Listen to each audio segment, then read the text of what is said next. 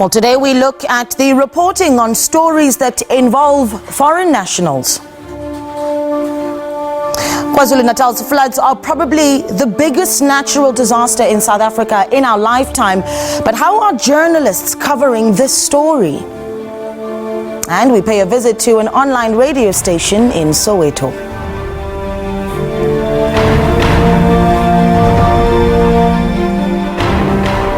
Well, hello and welcome to Media and Society on SABC News, independent and impartial. My name is Naledi Muleo. Now, this is where we look at the intersection between media and audiences. But of course, the show is not complete without your say. So make sure that you connect with us via our social media channels and share your views and concerns about how the media works and what it is that we feed you. Hashtag SABC Media and Society.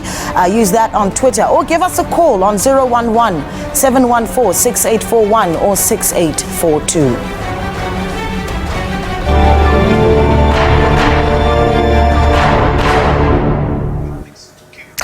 So Relief Web says South Africa hosts the highest number of foreign nationals on the African continent. Now, Africa as a country reports that that number sits at 4.2 million people. Now, that would be about double the size of Botswana or Namibia's population sizes. Recently in Diepsloot, residents of the area did not hide how they feel in some of the about how the media has really reported on issues involving foreign nationals in their communities in South Africa. Many sentiments on social media also shared their dissatisfaction on how they feel reporting is done on issues that involve foreign nationals, and the dominant view is that reporters often favor foreign nationals in times of conflict involving South Africans, especially in poor communities. Here's what some of you had to say. I think the media was definitely biased in the whole reporting of this thing. I feel like they focused more so on the foreign nationals versus the people that were actually hurt from APA. From my point of view, I think the media was fair. This Nyati thing, as it was reported, I think all the time, whenever matters happen in South Africa, it's reported fairly. In my honest opinion, I felt that the media was a bit biased in the sense that I believe that the media should be reporting things based on fairness, and it shouldn't actually be participating in forming some form of a narrative. From my point of view, the media is also fair in the sense that whenever there is, right now, take for example the disaster in Durban, KZN, we have seen how it has been reporting it, and also especially when there are murder cases in South Africa, and I actually believe that the media, specifically SABC actually, whenever I'm on the news, checking what's happening in the country, they are fair. Yeah, well, last week we read how Rwanda said they'll take asylum seekers kicked out of Britain, but they don't want asylum seekers from their neighboring African countries.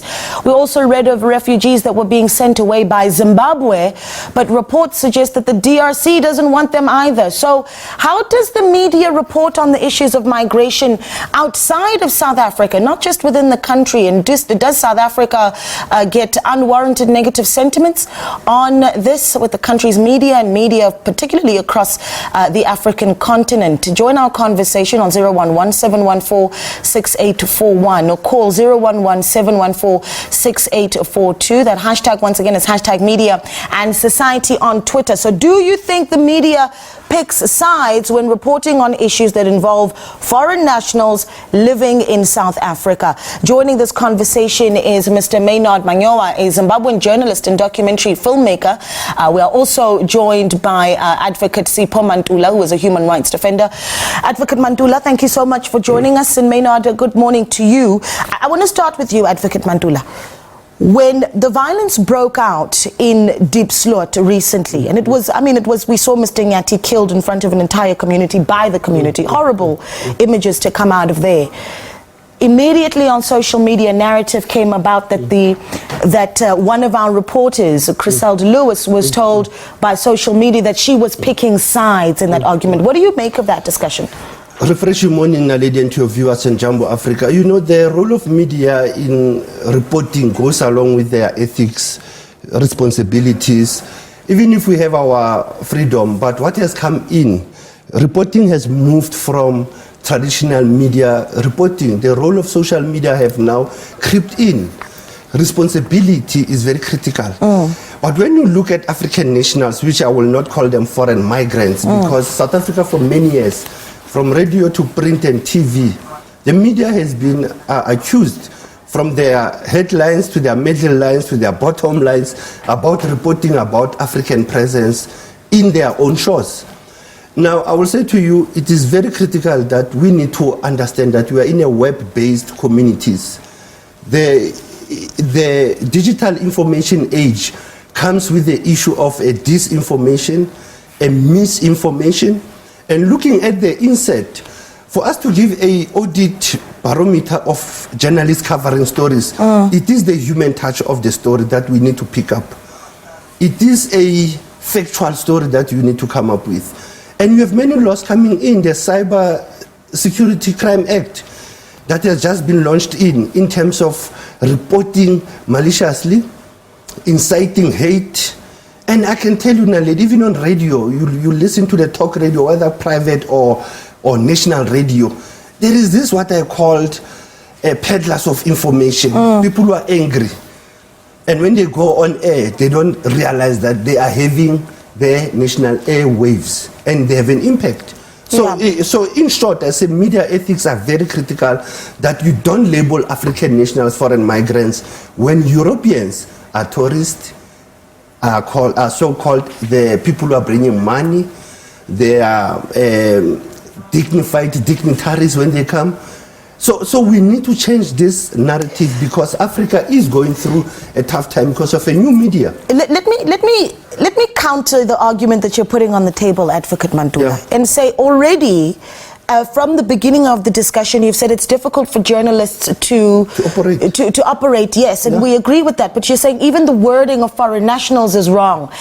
Just in putting together this show, we had to have a discussion around whether or not we call some of the violence that we see xenophobic, because or Afrophobic. But the point that I'm trying to make is it not a difficult time for journalists when we sit with the conversations around the wording and not even just addressing the issues? Yeah. No. It is very important on semantics, because headlines, the news that you are carrying as a journalist is that you are a traveler. You must either be carrying good news or the bad news. So the editors who sit on picking up those stories are being now taken over by the social media, which I call the new media. And that new media, you cannot regulate it. You can try, but what you have to do, you have to decipher the disinformation and the misinformation. Hence, in Africa, many conflicts, they've been used through the social media. Many hate speeches that have come out, and the previous footages, and the role of users. Remember, the people who are using the social media, who are watching TV, they will either like, share, and comment on anything that you are putting on the media screening. Hence, the issue of Griselda, that you have the people who still observe how journalists report on this crisis, because we know very well for the past decade, South Africa has been having this tension with African nationals, either because of resources, crime, corruption. There are many things. Hence now we find Home Affairs is now under guard. Yeah, I think essentially what we're trying to decipher this morning, and we're keen to hear your views at home, please do give us a call. How do you feel South African media really tackles the issues of the tensions that South Africans have with foreign nationals? I'm going to stick to those words for the sake of uniformity. But let's speak to our next guest as well. Maynard is a journalist himself, and he's written a very interesting piece for the Daily Maverick, wherein he says we need to start being honest around the lives of Zimbabweans, particularly foreign nationals living in South Africa. Just share your view from the get-go, Maynard. I'm going to let you actually put this one forward, because you've talked about how South Africa essentially is one of the friendliest countries to foreign nationals, but you wanted to put that story on the table. I imagine that wasn't an easy story to write. Morning, Nadia. Thank you so much for having me. And yes, it was a very difficult piece to write. There was a lot of internal conflict. Internal conflict largely because my wife had written a piece 3 days before that, speaking against xenophobia. She had called those who are leading the charge against migrants thugs. And as you know, when you disagree with your wife, there's a chance you'll go to bed hungry. So there was that internal conflict. Secondly, there was obviously the issue that I understood that I was going to attract a lot of backlash because I was going against the grain. I was saying things that had not been said before, and there was a risk that I would offend my fellow countrymen. However, I felt that 12 years since we started having sporadic attacks on foreign nationals, the present approach has not worked. So perhaps we need to try an honest-based approach, because I felt a lot of journalists have been forced to self-censor. I felt I had been forced to self-censor. And I also felt that there was not enough coverage which was being given to those who are saying we've got grievances against migrants, largely because there's a very thin line between giving them audience and helping them to incite people, or giving them audience and helping spread hatred, which is a very difficult position that journalists find themselves in. So I then thought that I had to talk about it. I had to talk about the fact that South Africa has probably the friendliest policy when it comes to migrants. And as you said earlier on, when hundreds of thousands of Zimbabweans fled Zimbabwe in 2008, rightly so, after Robert Mugabe unleashed brutal violence after he lost an election. South Africa had a choice to put up a fence, set up refugee camps like Kenya did when there was a crisis in Somalia. South Africa did not do that. In fact, it allowed citizens of Zimbabwe and Lesotho to come in, to integrate into communities. Right. And it even offered them permit, no questions asked permit. Said, look, okay, just as long as you present with a passport, we'll issue you a permit, despite the fact that you essentially broken the law by jumping the border in.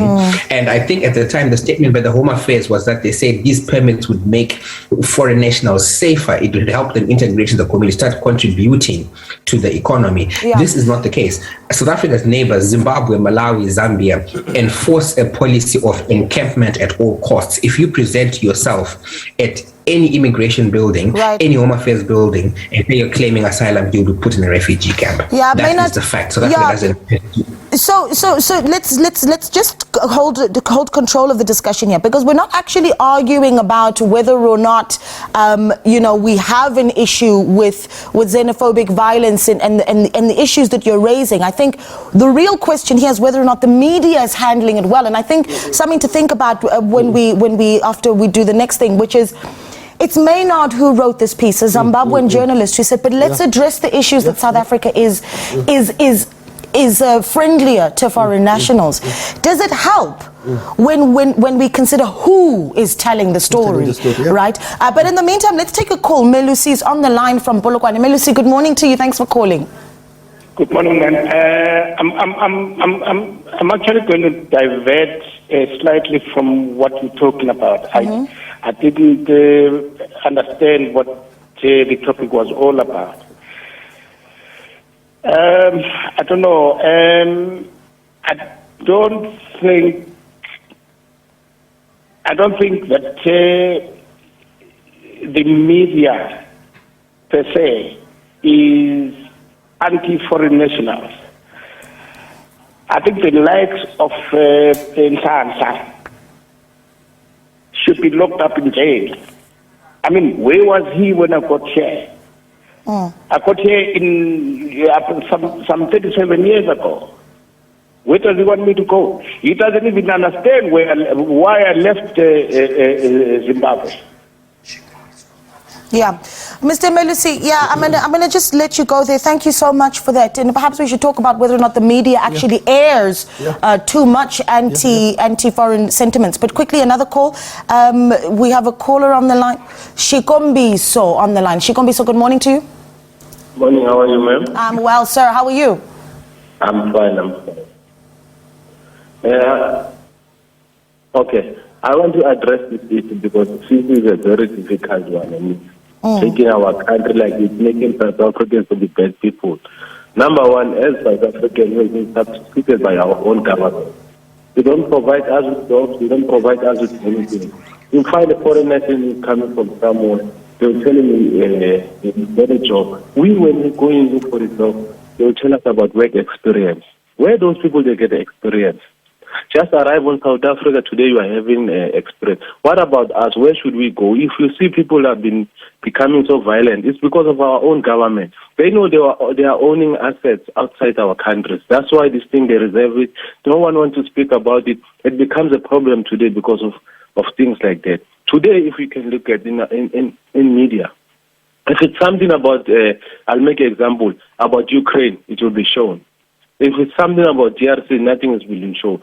So how are we taking our country forward instead of our own media and our own government? Don't take us to consideration in anything. The foreign national, you go to restaurant, you find them. You go to the filling station, you find them. You go to Shoprite, you go anywhere, you'll find them. What about us? Where are we going? Where we go? That's what I want. Yeah, Mr. Shikombi, so thank you so much for speaking to us. Essentially, there is no popular opinion here. We need these kinds of conversations so that the media knows the kind of conversations they feed to the country, and they must be constructive. I just want to wrap this up, and I want to end up with you, Advocate, but let's wrap it up with Maynard. Maynard, your final thoughts just as we close it off. The lessons for you on how journalists really should be telling these stories of very difficult conversations in South Africa and on the continent. Well, I think journalists should continue to do one of two things, either engage in solutions-based journalism or in thought-provoking journalism. I understand that we live in a time where people are forced to self-censor a lot. And as the advocate said, we live in the age of citizen journalism, but obviously we cannot compete with random citizens when it comes to breaking news. As journalists, we have responsibilities, to observe ethics, to be truthful, to be factual. But we also have an obligation to our readers, our viewers, and our listeners to be able to tell them the stories as they are, to make sure we don't cross the line of spreading hate speech, but we give equal sides an opportunity to be heard. And above all, we must always understand that we have an obligation to listen to the people whose content we sometimes don't like, the things that make us repulsive and sick. We have to give them a platform because everybody deserves a chance to be heard. We cannot shut out people on behalf of readers or because we believe it will cause upset. As long as we're not, inciting hatred, I think we have an obligation and a duty above all to say the truth and to make sure that we engage in thought-provoking journalism, because that is the role of journalism, to be able to get people talking, to inform people about things as they are, not how we wish they should be. Yeah. Maynard, actually, I'm going to keep you around a little bit longer because I think we still have a lot to unpack.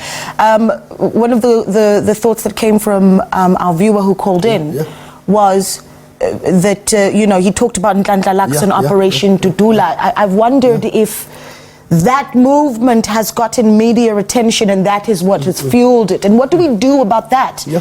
One thing that I think is very critical is that social issues, socio-economic challenges are there facing our people and the balancing of information. But look at the voices and the faces in the media. You don't need to put people aside, exclude them.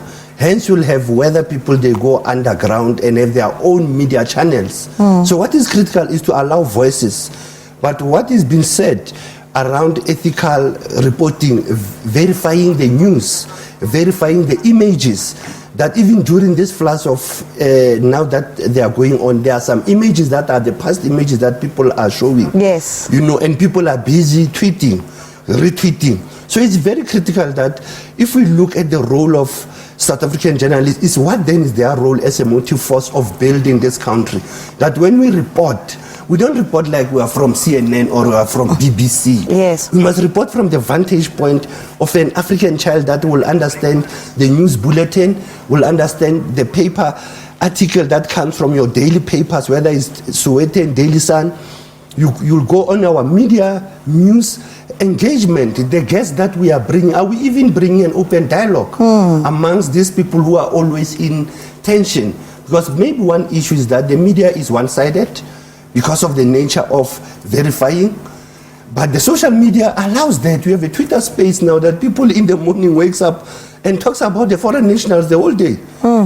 But the media that has to occupy the knowledge base, it is not.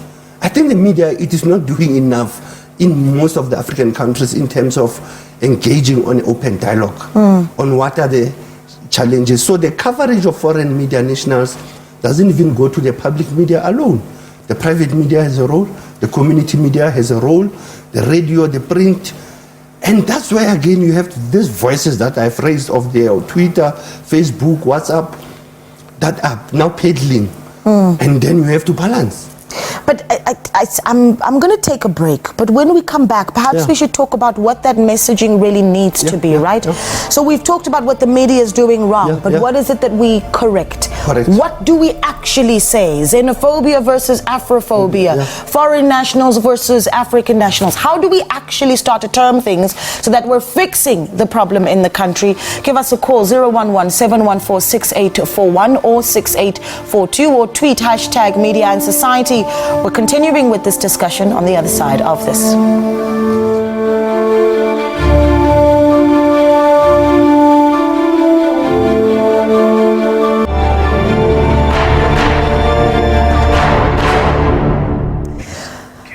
Welcome back to Media and Society. My guests are still Maynard Manyowa, a Zimbabwean journalist and documentary filmmaker. We also have advocate Sipho Mantula, who's a human rights defender, and we're discussing how the media covers tensions in South Africa between South Africans and foreign nationals. Let's take some calls as well. Remember that number 011-714-6841. We have on the line with us right now is Sipho from Springs. Sipho, good morning to you. Good morning. Siyaphila Puti, unjani wena? I'm good. Listen, I just want to go straight to the point here. South African media is very biased when it comes to South Africans. And it has been like that for many years. Even the guy who's sitting next to you, the Sipho, is representing the Human Rights Commission. Even that very same human rights, they are biased when they come to South Africans. They portray us as if we are the people that are starting violence out of nothing. We just get crazy. But then they're not getting down to the reasons why South Africans are so angry and they're fighting against those people. They are very angry. Let's get to the table with the foreign nationals and discuss. We can't just take everything from them. They must listen to us what we want. Even our government, sorry? Yes, go ahead. Finish off your thought, please. Even our government, they are not listening to us. They are listening to the foreign nationals all the time. The media is worse. Griselda, when she's reporting, you can see she's on the side of this foreign nationals. Are you saying I want to have a Latina? Hey, Mr. Sipho, thank you so much for speaking to us. Just a correction, Advocate Mantula is not with the Human Rights Commission. But you've raised an interesting point. You said Griselda Lewis was on the ground in Deep Sloot and she took the sides of foreign nationals. But regardless of where you are and where you operate, criminality is criminality. When a man has been killed or people have been killed, that is criminality. That cannot be defended.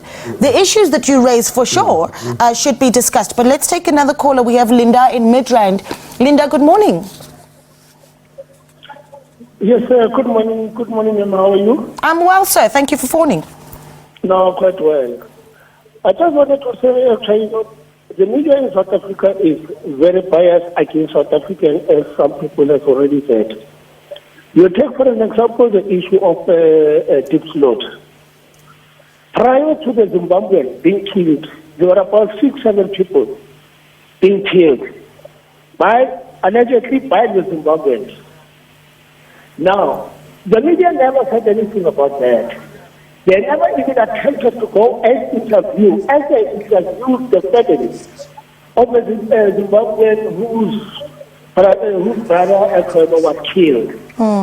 The media doesn't say anything about the burden the Zimbabwean has on this very meager resources in terms of hospital admission, especially people crossing the border just to come give birth to get actually the IT numbers in South Africa. the murders that are being committed, especially by Zimbabwe, these are shared widely on social media. But the media is aware of it. They don't want to report it because of they fear that they will be accused of sending xenophobic attacks. There is nothing. Linda, I'm going to have to jump in there. Thank you so much for sharing your thoughts, and we really appreciate it. We just need to move on for the interest of time. You can hear the frustration from our guests, and there's a mistrust for the media. Where does that leave us? I mean, what's the right positioning here? Because as a journalist, I cannot defend the murder of a Mr. Nyati in Diepsloot. I cannot. You know, deficit of trust and of the media, it is unfair in a sense that, remember SABC, when it is election time, you will do what you call barometer, issues on social deliveries, issues of basic needs of our people here. You will engage when it's Africa Month in terms of our relations, because I'm not trying to go to your content again quickly to say what the media need to report is to show Africa not being a rosy continent. It's a continent that comes out of conflicts, that comes out of tensions, and even how our own African brothers in the morning, they can still not correct the media, because what you have to do is to be critical. Comment, you know, when you write letters to the editor, when you write to the media heads, you need to give solutions, because we are in a country where we are so good to can identify problems, criticize our media, and we don't encourage the issue of ethical reporting, that the media have limitations. And the media is now going through what, under COVID-19, we could see that the social media actually crept in, and there was a misinformation and a disinformation. And it is true what one caller said, that Ukraine was given overemphasis than many African countries that are now going through conflict. Yes. Well, okay, I'm out of time, Advocate Mantula, but I know that you continue these discussions on any platform that you occupy. Thank you so much for speaking to us. Quickly, before we wrap it up, Maynard, what's your next piece? I mean, how do you tackle the story moving forward? What's your next goal? Well, my next piece is about trying to raise accountability. So the next thing I want to talk about is being able to encourage people to, to be accountable for their actions, to understand that, look, at the end of the day, as you said, crime is crime, and there is no victimless crime, because I know a lot of tension, which I've observed from my Twitter, is you have people who say, well, a man was killed, but you are reminding us that people are committing crime. So I sort of want to, to speak to that, to say murder is wrong. Putting a flaming tie on and killing anyone is going to attract condemnation. But we must also understand that the little things that we don't consider as crime, or we consider them victimless crimes, like jumping the border, like getting your passport stamped out, like getting an illegal permit, somewhere along the way do have a victim and an impact. And trying to go perhaps, I suppose, more into solutions to try and see what exactly can we do in terms of quelling the tensions, and what responsibilities do we all hold within this dialogue. Yeah, you've given us hope for some balanced journalism, Maynard. Thank you so much for speaking to us. Maynard Manyowa is a Zimbabwean journalist and documentary filmmaker. Thank you so much as well to Advocate Sipho Mantula, human rights defender. Always a pleasure having you with us. Let's take a short break. When we return, we'll talk about how social media and the media have interacted in really bringing you the news of the floods in KwaZulu-Natal. Stay with us.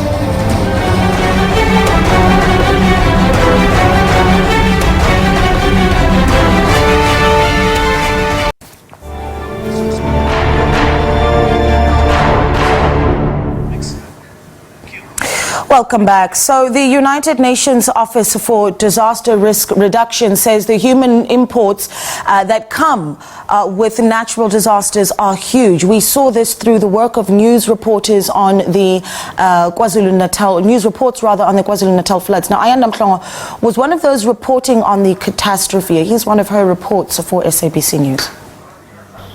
It's been 4 days of persistent heavy rains, but on Monday, conditions worsened. Torrential downpours accompanied by strong winds left behind total destruction.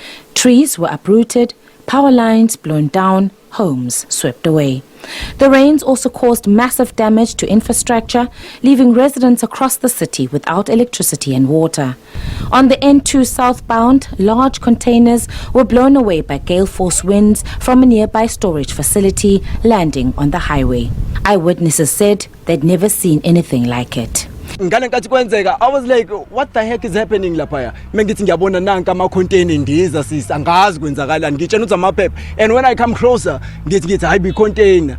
In other parts of the city, fallen trees and other debris were obstructing roads. Businesses were also flooded and remained closed. The owner of this entertainment establishment is a worried man. His business was built along a water canal which burst its banks. There is a shower COVID from 2019, whereby unrest year before, if I'm not mistaken. Now it's weather, climate change, which is all this is affecting all of us, you see. So we really need assistance from government in whatever way. This disastrous act of nature has left hundreds of people destitute. At this informal settlement in Durban, more than 100 shacks were washed away. One person was killed. Many residents have been left with nothing but the clothes on their backs, and they're desperate for help. I lost everything, even my tools, another business, it fall everything down. I lost everything. Whatever can think, I lost. Like the whole night. We don't have anything to wear. Our children don't have clothes to change. Our clothes are wet.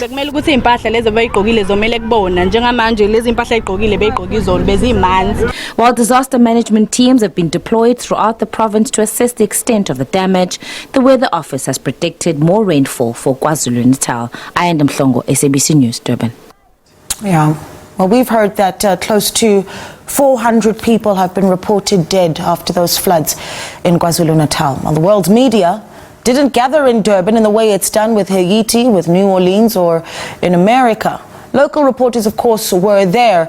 But to discuss reporting on natural disasters that include the floods in KwaZulu-Natal is the SABC's provincial assignments editor in KwaZulu-Natal, Ayanda Mhlongo. We also are joined by Famida Miller, who is the Southern African correspondent for Al Jazeera. Hello to you both, ladies. Thank you so much for giving us your time. Ayanda, I do want to start with you. I can only imagine just the difficulty that you've had over the past few days reporting on those horrific floods in KwaZulu-Natal. I mean, some highlight moments for you as you've been on the ground.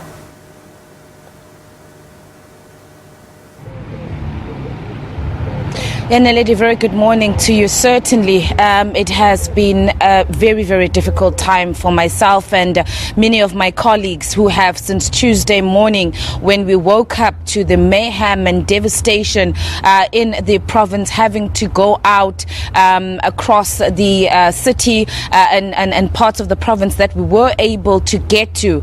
I think one of the challenges, Naledi, for us is on the actual morning, the Tuesday morning, when we awoke to these floods. It also affected some of my own colleagues, where half of our newsroom could not get out of their homes. Others were not reachable. So that in itself was quite challenging that morning. And then we then had to go out because the story needed to be told. Our first story with myself and my colleague Tulani Ngobo, traveling down the N3. Now this is a road highway, and normally it would take us less than 10 minutes to get to the old airport. On that particular day, we're driving on the opposite side of the road and oncoming traffic. Fortunately, of course, there were no vehicles on that particular day, but going through telephone lines and wires that had fallen off, electricity wires, I beg your pardon, on the road, trying to get to the actual scene. And what we thought on the first day was scenes that we had never seen before. I mean, Tulani has been a camera person here for us at the SABC for years now, and what he saw on that day was like he had never seen before. And what we thought, Naledi, was devastating was just nothing compared to what we were going to see in the coming days. We then moved on to townships in and around the city, to areas that are rural and semi-rural, and the utter devastation. And these are areas that we report that we go to on a daily basis. These are roads that we travel on a daily basis, people that we speak to. But the utter devastation has been unbelievable. The fact that the areas that have been completely cut off, that we were unable to get to, has been really, really challenging. And as it is, there are certain areas that up until now we have not been able to get access to, and relying on people in those areas, relying on videos, relying on pictures. So it really has been a very challenging week for us, having to, and one of the difficulties, of course, as I say, that we're relying on videos and pictures as well, is trying to verify those pictures and verify those videos if we cannot get to them. It's not only us, but even government officials, police officers, emergency services. If we don't have them as credible sources for us to be able to confirm that indeed this is the type of devastation in a particular area, it makes it very difficult for us. And so, we are getting calls of people saying that you've ignored us, you haven't come into our area as yet. But that is the challenge that we have, access to these areas, to be able to tell these stories, but to be able to verify that indeed this is what has happened in a particular area. So certainly, I think in all the times that I've been a journalist, this has by far been the most challenging and most difficult story to tell. Ayanda, sorry about that. I really just wanted us to stop there for a moment, because we will unpack the issue of verifying in a moment, which is a very big story. Because on Tuesday morning already, social media, by 7 o'clock in the morning, the videos had already been out and the media was trying to verify what was real and what wasn't. But we'll get to that in a moment, and I think this helps society as well, those of us who are in those communities, to really make sure that when we do share these videos, we know that we're doing and sharing valuable information and not fake news. But Famida, let's come to you. Famida, of course, is a Southern African correspondent for Al Jazeera. She joins us now. 400 people dying is a lot of people, Famida. Where is the international community or international media? We have had a presence of international media during these floods in KwaZulu-Natal. We have come across colleagues from other broadcasters, and I think one of the issues around that in terms of international attention is assessing exactly what has happened and how much focus there should be on that particular incident. And I think in terms of assessing what's happened, when the flood started on Sunday and Monday, late into Monday night, the reaction from international media would likely take slightly longer than perhaps local media, because there is that kind of assessment and sort of weighing up what's happened, especially given, and we know there's a challenge of balancing what's happening in an area or region that you focus on and what's happening internationally. For example, the Ukraine-Russia crisis is one that's taken up a lot of international media space. Yeah. But once it was determined that you have a significant, and what the president has called a catastrophe in KwaZulu-Natal, there was a reaction from international media. We have seen the likes of the BBC here, CGTN, as well as Al Jazeera. And I don't know if you're questioning that there hasn't perhaps been enough attention in terms of media coverage, but there has been a response, especially in the days following the initial information from the government. There was a point where we had heard that 2 people had died. That jumped to about 45 in about 24 hours. And later that week, there was quite a significant spike, as you say, going up to 400. And so perhaps there is sometimes a slower than adequate response. But I think international media does catch up with these stories quite adequately as it progresses. I imagine that there'd be challenges, though. Ayanda just talked about, even though she is on the ground in KZN, really having struggled to reach some parts of where the destruction was seen, with the members of the community saying you're completely ignoring our pleas, but she's unable to get to them. So I imagine that for international media, those are challenges as well. You've covered a few natural disasters. You've covered famine in Somalia. You've covered the storm in Mozambique. What are some of the bigger challenges really in getting those stories across? Well, you've mentioned Mozambique specifically, and I think what is quite interesting, and then not only for journalists, but even the aid agencies trying to assist. And I've mentioned this in terms of assessment of what's going on. In Mozambique in particular, during the cyclone, I think it was far more devastating than anybody expected. And then, of course, for, as I say, media and aid agencies, there is a logistical challenge in terms of accessing the areas that have been affected by that cyclone in particular, and then later the floods that ensued. Because it was far more devastating than people expected, the challenge really was getting on the ground. And South Africa at that point, with regard to Mozambique, the SANDF was assisting there. But when it came to Mozambique, there was difficulty in getting into Mozambique as a whole to begin with. Either flying via Maputo, flights had been restricted because of the weather, and you want to be on the ground as quickly as possible in terms of telling that story where people are so badly affected, and the immediacy really does matter. But often getting there just logistically is almost impossible to begin with. And we often find ourselves in a situation where you are dealing more with the aftermath than the actual incident to begin with. Yeah. Well, just quickly to wrap this up, and I'm going to come back to you because we talked about verifying visuals, and you know, this is what South Africans, I really want you to realize, is that for journalists, we're incredibly grateful for the information that you're able to share on social media, because that's our lead. That's really the collaboration between us and yourselves.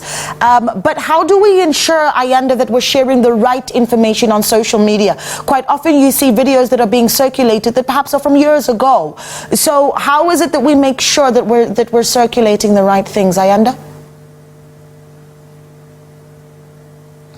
Well, Naledi, I think that's a challenge, because it's the media, of course, that, we are on itself, have social media, different social media platforms. And so we are also trying to get out information as quickly as possible. But most of the videos, voice notes are coming in from the members of the public. And I think in a situation like this, Naledi, you would understand that the desperation of communities as well. Communities feel that, for example, if they were to tell you that we've got, let's say 30 people that are missing in this area, then just by that number, it's then going to draw the attention to that community, hoping that, through that unverified or unconfirmed information, just by the numbers, that will then pull us to go to those communities and to see what is happening on the ground. In a situation like this, where, one person asked me which has been the worst affected area, and I said, I can't tell you which one has been worse or less affected, because the devastation is across the whole metro and other parts of the province as well. Communities in their desperation to get us to their areas might also be sharing videos which are not true. Yeah, and that's an important thing. So I'm going to jump in because I'm not sure if you can hear me, but I need to just let you go. Ayanda Mhlongo, that's our provincial assignments editor for the SABC in KwaZulu-Natal. Famida, before we wrap up, a few tips for social media users who want to share information during natural disaster. Perhaps there's things that we can do to timestamp or prove the location of that footage. I think that's often there's a great responsibility when it comes to the use of social media. And I know, at some point, even as journalists, there was also a consideration around citizenship, citizen journalism, where you rely or to off by what people are saying on the ground, because these things impact them directly.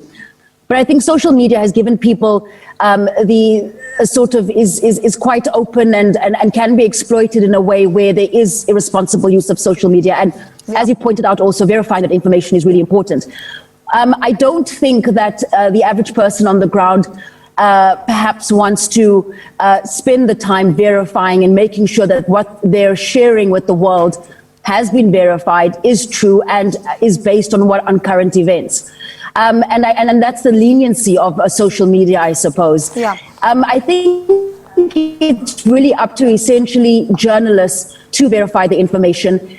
it can be very useful. We've got platforms where there are leads, as you say, but it ultimately comes down to responsible journalists to pay attention to what is fake news, what isn't, and it will never be a situation where you can rely directly on what people on the ground alone are saying, because there's always that temptation to be retweeted, for example, and just having a sort of presence on platforms like that. Yeah. Famida, thank you so much for speaking to us, reminding journalists to be responsible and verify their information, but also calling for that collaborative effort for when journalists, like Ayanda said, cannot reach some of those hard-hit areas, particularly in the case of a natural disaster. Thank you so much to our guests, Famida Miller, who is a Southern African correspondent for Al Jazeera, and Ayanda Mhlongo as well of the SABC. Well, now for our community feature. So Daniel Makwaba resigned working as a security guard to fulfill his dream of one day owning a radio station. Well, we visited Soweto FM, an online radio station, to hear about this amazing story. Take a look. I used to work as a security guard. While I was a security guard there, in the premises which I was working at, there were a lot of people who were working there, like seeing them going in and out every day, and some of them they were my friends actually from the workplace. They would discuss with me their salaries. They would discuss with me what they do, and it would kill me inside. Then I decided, oh no, I wanna quit my job, get all my savings, and start my own community radio station. I am a radio presenter here at Soweto FM. The name of my show is Midday Talk. I cater to the youth and also to parents as well, because my show is all about learning and talking about uncomfortable conversations that we normally shy away from.